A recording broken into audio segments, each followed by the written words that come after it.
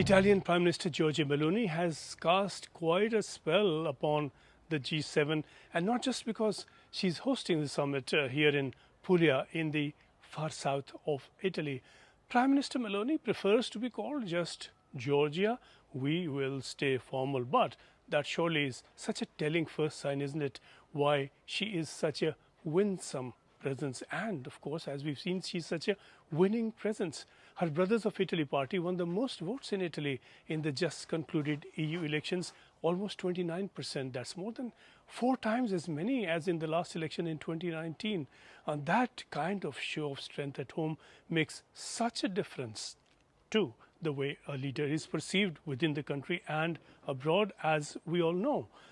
Giorgia Meloni was elected Prime Minister in 2022, and she has come a long way to that position now, from an impoverished upbringing through spells as a nanny. She worked as a waitress also at a nightclub, but essentially she has been political all along. She joined a far-right party at the age of 15. She was later elected city councillor in Rome.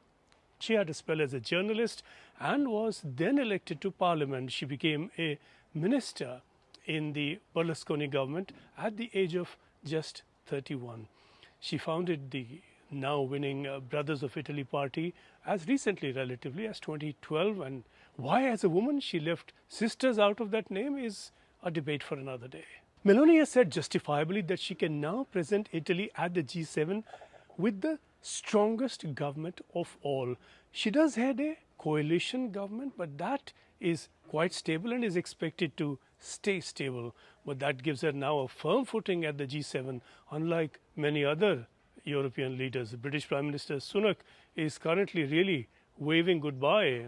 Biden faces a challenge no one can quite read. German Chancellor Olaf is shaken after a far-right win, and French President Macron's government is wobbling after the far-right win in France in the EU elections.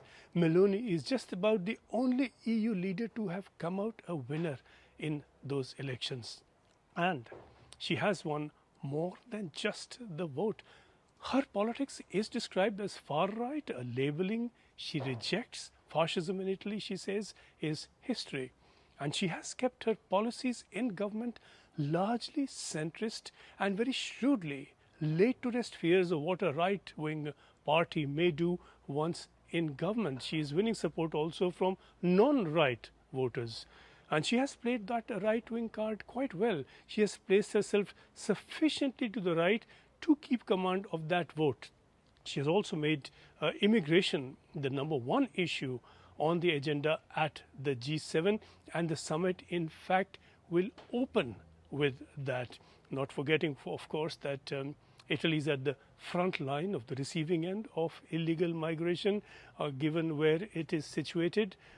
So far, Meloni has held back from that earlier promise of a naval blockade in the Mediterranean to block illegal migrants. Since then, some diluted measures have not quite delivered. Europe has long been thrashing about for a unified policy across national differences to deal with migration, a policy that delivers, and that's a challenge Meloni has taken on. At stake for her here is not just a future for her in Italy and in Europe, but possibly a place in history, beyond the list of prime ministers who come and go. Of course, that may not be plain sailing. Her party has taken the lead, but the opposition Democratic Party in Italy has been gaining ground as well. It's been closing the gap with her party. Her winning way for now is no guarantee of winning forever, and she, of course, knows that. But right now, there's no doubt at all, Meloni is using her ability to bridge the right with the center to launch herself as a leader in Europe beyond Italy. She is being spoken of already as a bridge maker. Some even are speaking of her as kingmaker in Europe. She's taking a lead in solidifying European support for Ukraine in its war across those differences and past those delays in funding. And in doing that also, she's building transatlantic bridges, getting all the European countries to agree across the vast differences they have is not an easy ask, but it's one that she's taken on. Meloni is now looking well beyond Europe and the transatlantic. She visited India in March last year and then again for G20. She has spoken of Prime Minister Modi as the world's most loved leader. Relations between India and Italy have been upgraded now to what officials call a strategic partnership, and that will mean, we are told, more focus on defense and the Indo-Pacific. Also, more is expected together in energy and in science and technology.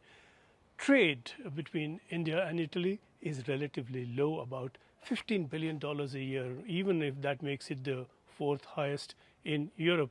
Italy is only the 18th largest investor in India, with investments totaling currently about $3.5 billion. Indian investment in Italy is less than $500 million, and that is minuscule compared, say, to the Indian investment in Britain. The warmth between the two prime ministers has not quite spilled over yet to very much on the ground, but these are early days.